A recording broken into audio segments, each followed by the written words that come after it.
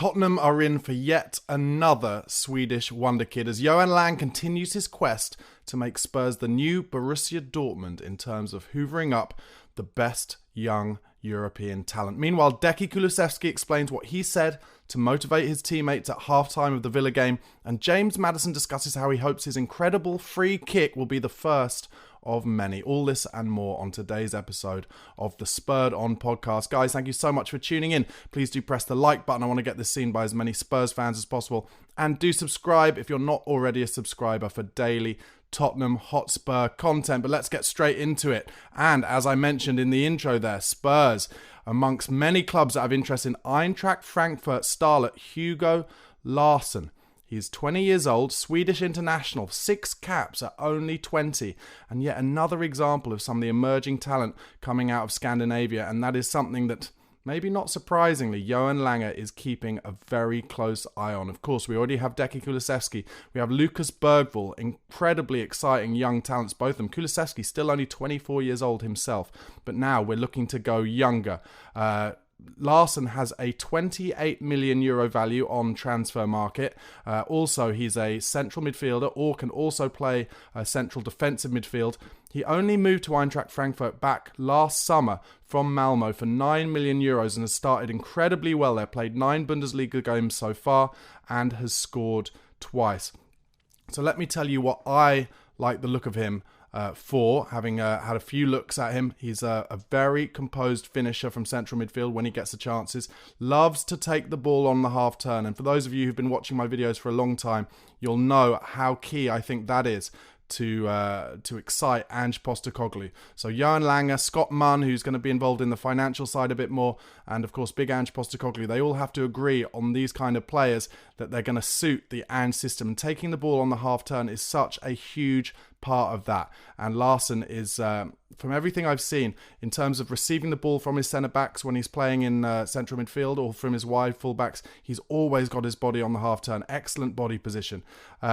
He's got a really good first touch as well, strong in tight spaces, and manipulates the ball really well with both the inside and the outside of his boot. A little Luka Modric-y like that. And that's something that Lucas Bergvall also has in common with Larsson. He uses his body really well to get out of trouble in tight spaces. Another thing that is key to Ange Postecoglou's style of play, because of course with the fullbacks inverting and the central midfielders there's a lot of narrowness, a lot of opportunity and need for those central midfielders to take the ball in tight spaces and really use their body well to protect it. He's really good at that, gets out of trouble nicely, reads the game well, likes to intercept balls, very good at that, and also has a lovely way of pass.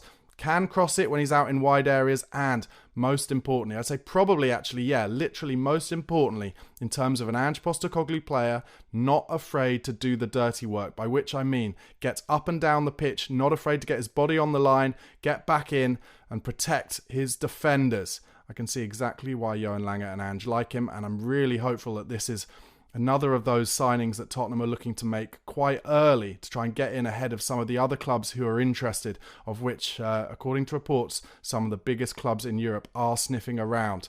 So I personally would like to see Larsson come to Tottenham Hotspur. And what really excites me at the moment about Tottenham Hotspur's transfer policy is that if a player is going to come through the gates of the Tottenham Hotspur Stadium to sign for the club, they're going to be technically proficient, they're going to have a good attitude, and they're going to want to get on the front foot. And I have to tell you, although I know a lot of people, a lot of fans, especially young fans, are most interested in can we get the biggest possible names, actually, down the years, sometimes it just doesn't work. Even if maybe Tottenham have somehow or sometimes swum in the waters of getting names in players who have kind of already done it elsewhere, a little bit older, but they are still big names. Are they really willing to put in the required effort, like 110% every game? Whereas these players that Lange and Postecoglou are trying to get through the door, you know that they're going to be excited, they're going to want to grow, they're going to want to learn, and they're going to want to put a shift in every single game, whilst also having the technical ability to do what Ange Postecoglou asks of them. So that's why I'm excited by Larsson. Let me know in the comments below what you've seen of him, what you like of him, and who else do you think Tottenham should be buying in January? With, what are we at now? 5th of November. So only just kind of a month and a few weeks until the deadline opens again. The deadline, the transfer deadline, transfer window is what I'm looking for there. I will start doing more regular transfer updates as we get closer to that time, and all of you will no doubt get excited by it.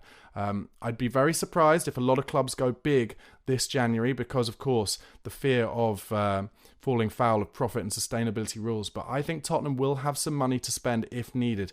And I don't know, injuries dependent. It'd be interesting to see if Saudi Arabia or if anyone were to come back in for Richarlison, whether Spurs would be willing to try and take some money for him and reinvest it elsewhere.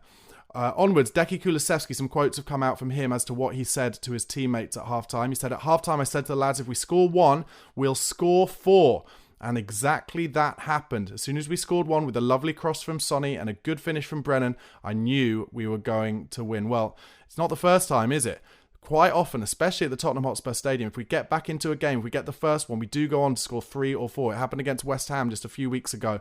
And that is something where Ange's insistence on Tottenham being absolutely relentless and never stopping really works in our favour. And as I said in yesterday's video, all I'm really looking forward to now is us getting the experience and really learning to start doing that away from home as well. James Maddison talked a little bit about the second half against Villa as well. He said the manager at half-time, he stayed so calm because he knows that we got a chance to blow teams away in quick periods. He said even at 1-0 down, the manager was like, get your heads up. We know we can go and score 4 goals in a half against any team because that is what we do with our intensity. Thankfully, that's exactly what we did, and we blew them away. And this isn't just a lower league team we blew away either. This is the team that were top of the Champions League group. Top of that 32-team group. They've had a great start to this season. They play narrow, they're hard to beat, but Spurs had them absolutely rattled. Even their captain came out in an interview after the game and said that it was as loud as he'd heard it at the Tottenham Hotspur Stadium once we got that first goal. And I think a lot of that will also have come from the fact that Villa were wasting time from so early in that game that once we got back in it, the fans were just like, let's get right on top of them. And I just want us to put together a really decent run now. I know we've got a few injuries, so it might be difficult, but if we can put together a really good run of 6 or 7 Premier League games without defeat from here, including away games, then I could see the atmosphere at the Tottenham Stadium really ramping up, especially if we, let's say Arsenal don't get that win against Chelsea, I think it is at the weekend, and Spurs went ahead of them going into the international break, and we could get a little run together. I could really see the fans getting right behind the players at home and away. Maddison also said about scoring from that free kick, he said, I know I can be dangerous from them, but I probably haven't shown it to Spurs fans yet. To be honest, I don't feel like we've had that many opportunities for whatever reason. I've been saying for a while now, those of you who listen to my videos and watch my videos regularly, I've been saying we need Madders to get a free kick to boost his confidence and to score one. And what I loved about that free kick at the weekend was it was clearly by design that as soon as the referee's whistle went, he took it straight away. He didn't wait. He didn't give the goalkeeper, Martinez, a chance to set himself. And I don't think Martinez set his wall up perfectly either, which really helped. He was able to just bend it round and slightly over the last man in the wall. But that catching the keeper off guard, that's a good thing. That's something that was by design. Very impressive, Maddison and the set-piece coaches.